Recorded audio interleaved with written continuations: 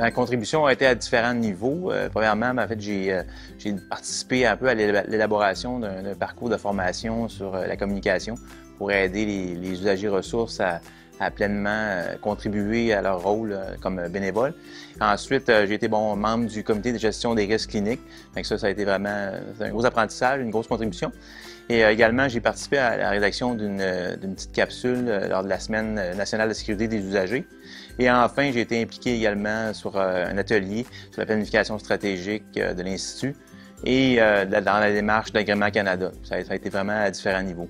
Une des expériences les plus extraordinaires pour moi, ça a été ils ont dit, on fait une demande de subvention. Aussitôt que j'ai adhéré au comité, puis moi, j'ai eu des bourses d'études, des bourses d'excellence.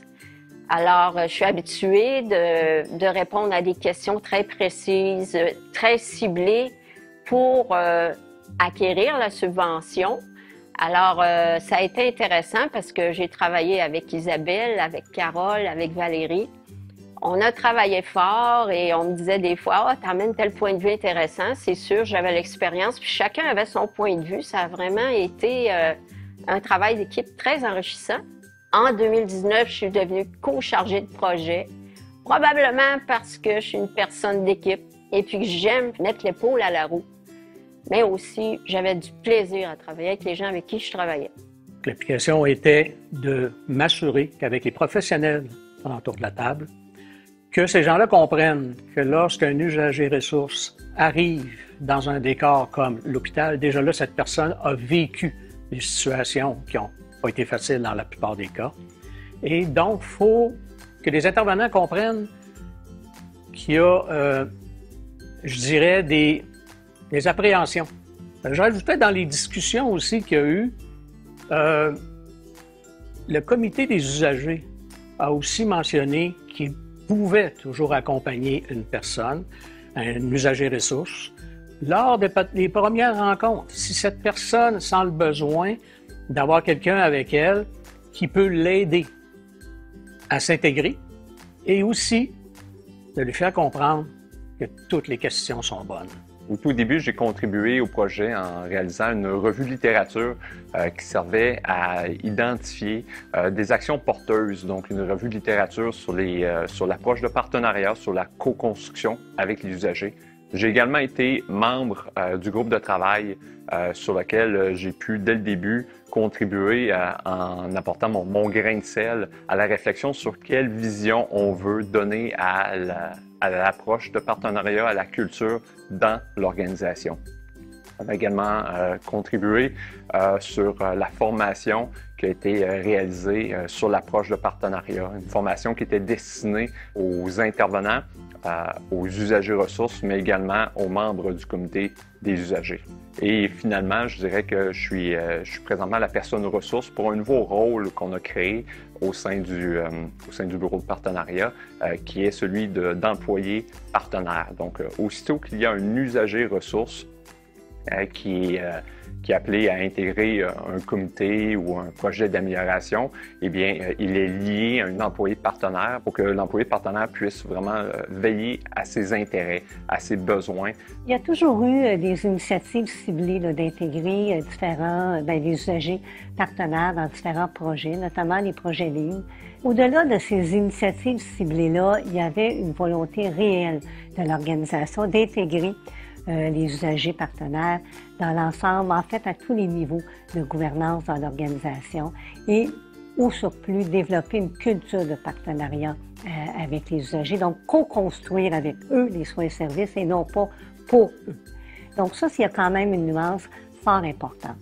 Donc, afin de bien positionner cet élément-là, ce qu'on a fait, c'est qu'on a intégré toute une démarche dans une priorité organisationnelle qui était en lien, bien sûr, là, avec l'atteinte des hauts résultats de soins de qualité avec l'usager.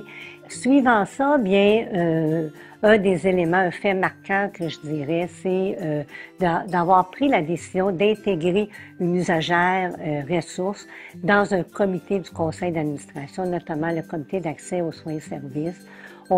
Qui est un comité important, qui est au cœur, qui est le core business, si on veut, là, de notre établissement, qui est au cœur des soins et services, des trajectoires, des parcours de soins. J'ai eu la chance d'obtenir des soins de qualité à l'Institut. J'ai bénéficié d'excellents soins au niveau de ma santé. Il est important pour moi de m'impliquer dans un comité pour faire une différence et pouvoir donner mon opinion. J'ai choisi le comité d'accès aux soins de service puisque l'accessibilité aux soins rapides pour des gens qui ont un problème de santé peut faire toute la différence. Ma participation dans le comité m'a fait voir que chaque unité de l'hôpital prend des actions concrètes pour donner accès rapidement et revoir les façons de faire.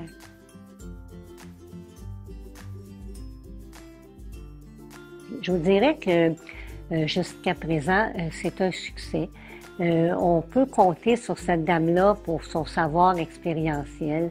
Et bien sûr, elle intervient au comité. Ça, je trouve ça intéressant parce que souvent, on parle de l'accès, bien pas souvent, mais on parle de l'accès, on parle des parcours de soins et elle nous donne ce qu'elle a vécu. Et souvent, on a l'impression de savoir, nous, ce qu'on de faire pour l'usager, alors que les choses qu'eux demandent, c'est des choses qui sont parfois très simples à accomplir, d'avoir de la documentation qui est vulgarisée, qui est simple, qui est facile et qui est, je vous dirais, accessible et concis. Qu'est-ce que je retiens de l'expérience, c'est à quel point la présence, l'implication ou la contribution des usagers ressources dans des comités d'amélioration, bien c'est indispensable, voire vital. J'ai de la misère à concevoir maintenant qu'on peut avoir des comités, qu'on parle, qu'on discute, qu'on prend des décisions qui les concernent, mais qu'ils ne soient pas présents. Donc, dans une expression ou une équation beaucoup plus courte, je dirais rien sur eux sans eux. Finalement, je dirais que avec l'approche de partenariat, j'ai la ferme impression également qu'on vient à s'approprier à un plus haut niveau l'une de nos valeurs fondamentales à l'Institut, qui est la collaboration et le partenariat. Ce projet-là est un projet novateur que je trouve extraordinaire pour améliorer la trajectoire de soins, que les professionnels en amont comprennent des fois un petit peu plus ce que l'usager peut ressentir ou vivre, et ce n'est qu'un plus. Mon expérience avec le projet de partenariat n'est que positif. C'est une expérience positive dans le sens où tous les gens que j'ai côtoyés, tous ceux qui ont été membres, qui ont travaillé sur ce projet-là, ce sont tous des gens qui ont démontré de l'écoute, ont travaillé à dire oui, il faut améliorer, oui, il faut faciliter l'accès. Donc, pour moi, c'est juste du positif et je me suis toujours senti le bienvenu dans ce comité-là, du début à la fin. L'intégration, pour moi, a été très facile. Et puis, voilà, je recommande à tous ceux qui veulent s'impliquer de dire « on y va, c'est parti ». En fait, le projet patient partenaire, c'est intégrant, ça intègre. Donc, pas un qui travaille à part de l'autre, c'est que tout le monde travaille ensemble pour le bien-être du patient. Mais je pense que la chose la plus extraordinaire, c'est que j'ai rencontré des gens formidables, dédiés à la santé et dédiés aux usagers et à leur bien-être.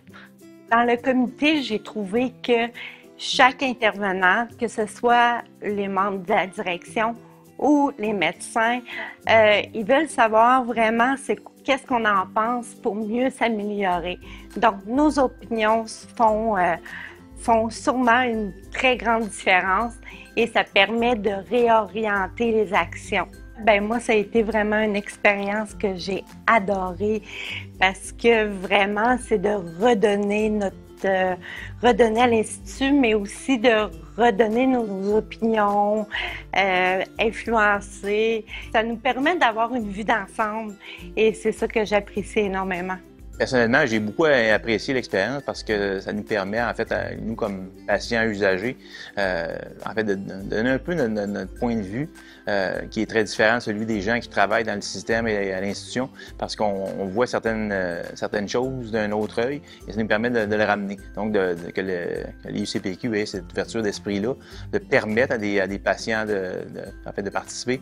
Je trouve ça formidable parce que, dans le fond, c'est un peu nous, les clients, si on veut, de l'organisation et ça nous permet de redonner un petit peu dans ce sens-là pour améliorer les pratiques dans le futur. Ça nous permet à nous, comme patients, clients, si on veut, de pouvoir vraiment participer à la démarche de soins. Puis ça, je pense que ça a beaucoup de valeur ajoutée parce que on peut, si on voit des choses qui fonctionnent bien ou moins bien, on peut les soulever et les souligner.